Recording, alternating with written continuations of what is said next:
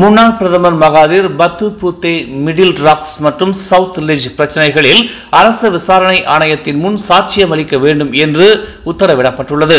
இதனை அடுத்து ஜூன் 12ஆம் தேதி RCI முன் ஆஜராகப் போவதாக கூறிய மகாதீர் மே 21ஆம் தேதி தொடங்கியதிலிருந்து முழு நடவடிக்கைகளிலும் கலந்து கொள்ளுமாறு முன்பு கேட்டுக் கொண்டதாகவும் அவர் தெரிவித்தார்.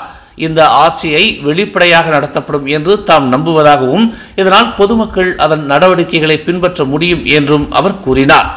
ஏனெனில் இதற்கு முன்பு என் மீது பல்வேறு குற்றச்சாட்டுகள் கூறப்பட்டன. அவை ஊடகங்களிலும் பரவலாக பேசப்பட்டன. இந்நடவடிக்கைகள் இன்று தொடங்கும் என்று யாருக்கும் அறிவிக்கப்படாததால் இந்நடவடிக்கைகள் ரகசியமாக நடத்தப்படுகின்றன.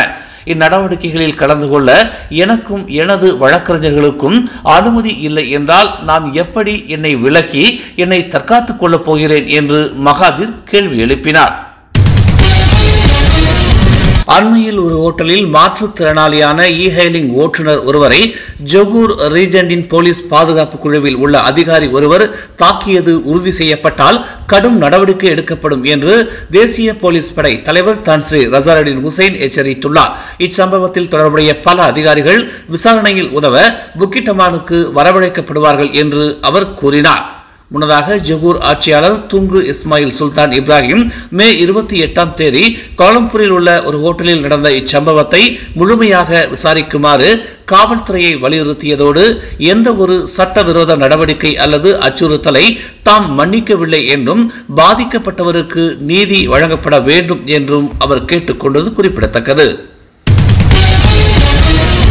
நாட்டின் பொருளாதாரத்தை நிர்வகிப்பதில் குறிப்பிடத்தக்க சவால்களை எதிர்கொண்ட போதிலும் பிரதமர் டர்ஸ்ரீ அன்வார் இப்ராஹிம் மிகவும் சிறப்பாக செயல்படுவதாக அம்னோ மூத்த தலைவர் தெங்கு ரசாலி ஹம்சா தெரிவித்துள்ளார். அன்வாரின் முக்கிய பிரச்சனை பொருளாதாரத்தில் உள்ளது. இது ரிங்கிட் வீழ்ச்சி மற்றும் அதிகரித்து வரும் பண வீக்கத்தால் தடைபட்டுள்ளது என்று ரசாலி குறிப்பிட்டுள்ளார். வாழ்க்கை செலவு அதிகரித்துள்ளது. கிராமப்புறங்களில் கூட பொருட்களை இறக்குமதி செய்ய வேண்டும் என்று 1976ஆம் ஆண்டு முதல் 1984ஆம் ஆண்டு வரை நிதி அமைச்சராக பொறுப்பு வகித்த அவர் தெரிவித்துள்ளார். சுற்றுலாவை மேம்படுத்த தாய்லாந்தின் முக்கிய நடவடிக்கையாக இன்று முதல் 60 நாட்களுக்கு விசா இல்லாமல் தாய்லாந்து செல்ல மலேசியர்களுக்கு தாய்லாந்து அரசு அனுமதி வழங்கியுள்ளது. முந்தைய விசா இல்லாத காலம் 30 நாட்களாக இருந்தது என்பது குறிப்பிடத்தக்கது. விசா விலக்குகள், விசா ஆன் அரைவல் பட்டியல்களை விரிவுபடுத்துதல் மற்றும் புதிய விசா வகையை அறிமுகப்படுத்துதல் உள்ளிட்ட சுற்றுலாவை மேம்படுத்துவதற்கான பல விசா வசதி நடவடிக்கைகளுக்கு அமைச்சரவை ஒப்புதல் அளித்துள்ளதாக தாய்லாந்து அரசாங்கத்தின் செய்தி தொடர்பாளர் சாய் வச்சரோன்கே கூறினார். பாலஸ்தீனம் ராஃபா பகுதியில் கடந்த மே 1ஆம் தேதி முதல் சிக்கி தவிக்கும் 6 பணியாளர்களை கொண்ட மலேசிய மருத்துவ குழு அங்கிருந்து பாதுகாப்பாக வெளியேற்றப்பட்டதாக வெளியுறவுத்துறை அமைச்சு தெரிவித்துள்ளது. கட்டம் கட்டமாக அவர்கள் 6வரும் அங்கிருந்து வெளியேற்றப்பட்டதாக விஸ்மா புத்ரா ஒரு அறிக்கையில் தெரிவித்துள்ளது. மருத்துவ பணியாளர்களில் சிலர் கடந்த 23, 24 மற்றும் 28 ஆகிய தேதிகளில் வெளியேற்றப்பட்ட நிலையில் நேற்று மேலும் 2 மருத்துவ உறுப்பினர்கள் ரஃபாவில் இருந்து மீட்கப்பட்டனர்.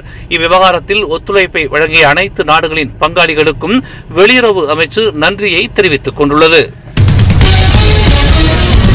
காஜாங்கில் ஃபாஸ்ட் ஃபுட் கடை ஒன்றில் இஸ்ரேலிய கொடியை பறக்கவிட்ட தம்பதியரை போலீசார் கைது செய்தனர். பொதுமக்கள் கொடுத்த தகவலை அடுத்து 20 வயதுடைய சம்பந்தப்பட்ட தம்பதியினர் காஜாங்கில் கைது செய்யப்பட்டதாக ஸ்லாங்கூர் காவல்துறை தலைவர் ஹுசைன் ஒமர் கான் தெரிவித்தார். இதனை அடுத்து சம்பந்தப்பட்ட தம்பதியர் ஒரு நாள் காவலில் வைக்கப்படுவதாக அவர் கூறினார். மேலும் அவர்களின் காரும் கைப்பற்றப்பட்டுள்ளது.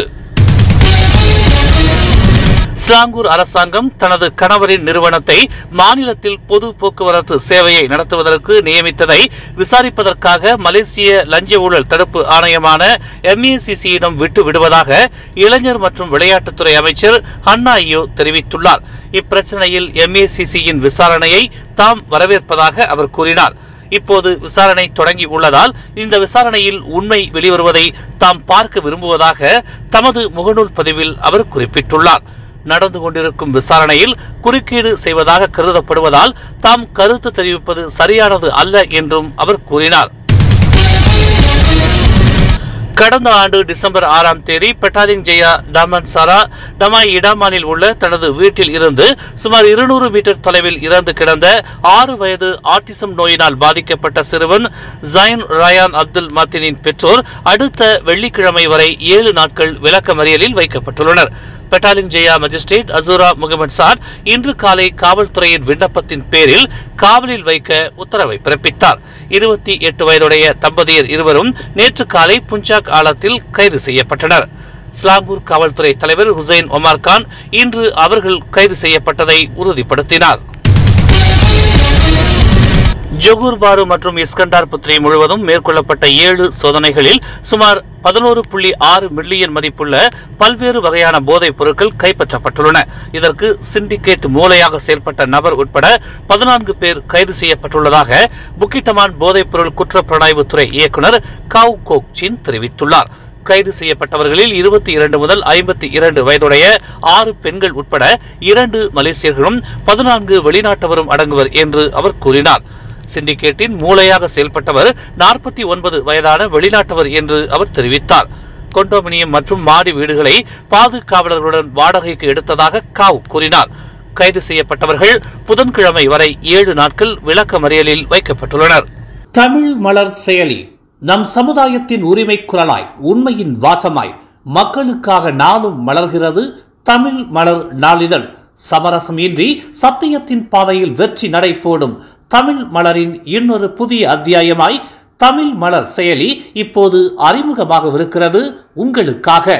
மலேசியாவின் ஆக சிறந்த தமிழ் ஊடகமாய் உள்ளூர் தகவல்களை உடனுக்குடன் தெரிந்து கொள்ள மலர்கிறது தமிழ் மலர் செயலி. விரைவில் எதிர்பாருங்கள். மேலும் செய்திகளை தெரிந்து கொள்ள தமிழ் மலர் நாளிதழை பாருங்கள். எங்களோடு இணைந்திருக்க மலர் டிவியை பதிவு செய்து கொள்ளுங்கள். உறவுகள் மகிழ்ந்திட விருப்பம் மற்றும் பகிர்வு சேவையை சொடுக்குங்கள்.